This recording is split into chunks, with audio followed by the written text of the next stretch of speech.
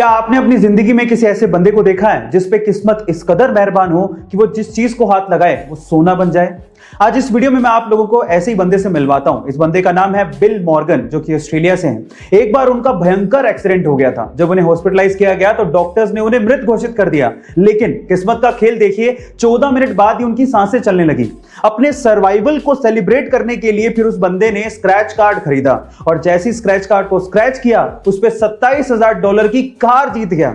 जब मीडिया वालों को यह पता लगा तो मीडिया वालों ने उस बंदे को फिर से अपने इस मूवमेंट को एनेक्ट करने को कहा, तो फिर उस बंदे ने वापस से स्क्रैच कार्ड खरीदा और गेस व्हाट, उसके बाद $2.5 लाख का वो जैकपॉट जीत गया। गाइस, इससे लकी बंदा मैंने तो अपनी जिंदगी में कभी नहीं देखा। आपको इसके बारे में सुन के कैसा लगा कमेंट सेक्शन में जरूर लिखिएगा। और 25 जून 2009 को the king of pop Michael Jackson की मौत हुई थी और बहुत से राज उनकी मौत के साथ ही दफन हो गए थे और उनमें से एक राज था एंटी ग्रेविटी डांस मूव का। गाइस, 1987 में माइकल जैक्सन की एक एल्बम रिलीज हुई थी जिसका नाम था स्मूथ क्रिमिनल और उसमें उन्होंने एंटी ग्रेविटी डांस मूव किया था, जिसमें वो 45 डिग्री तक बिना किसी सहारे के झुक जाते हैं और वो भी अपने बैक को सीधा रखते हुए।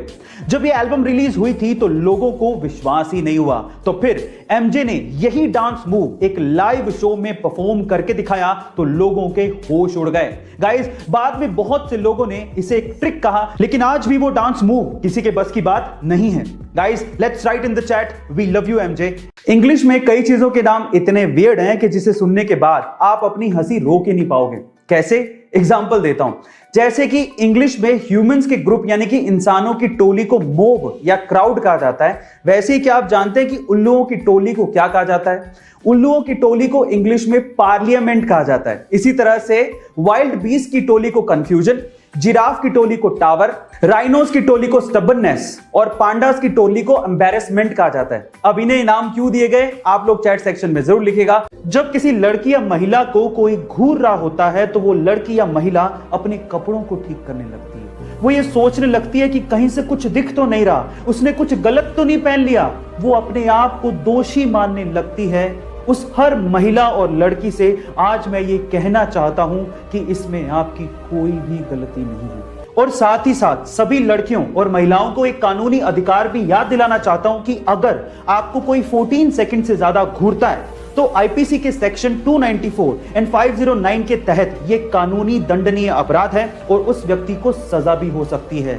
Guys, stop teasing and raise voice against it. कुछ सालों पहले यूएस का एक बंदा प्रॉपर्टी खरीदना चाहता था, लेकिन उसे अर्थ का रियल एस्टेट बहुत ज्यादा महंगा लगा। एक रात को जब वो आसमान में चांद को देख रहा था तो उसे सिर्फ चांद नजर नहीं आया, उसे चांद पे रियल एस्टेट की अपॉर्चुनिटी नजर आई।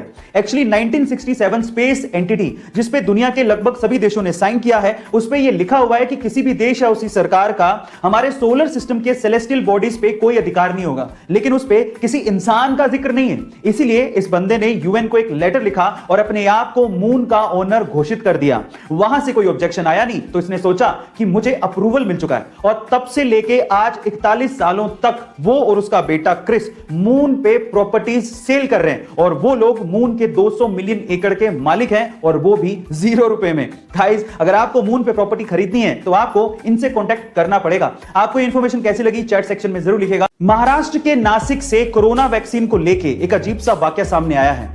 नासिक के अरविंद सोनार का यह दावा है कि वैक्सीन की दोनों डोजेस लगवाने के बाद उनके शरीर में चुंबकीय शक्तियां पैदा हो गई हैं। वो मैग्नेट मैन बन चुके हैं। मतलब यह कि उनके शरीर से सिक्के और चम्मच चिपकने लगे हैं।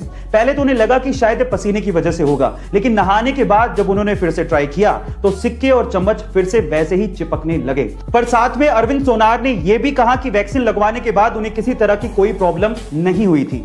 प्रशासन की तरफ से रिएक्शन आया कि इसकी हम पुष्टि नहीं कर सकते, जांच का विषय है। पर यह सच है या अफवाह, आप लोग कमेंट सेक्शन में जरूर लिखिएगा।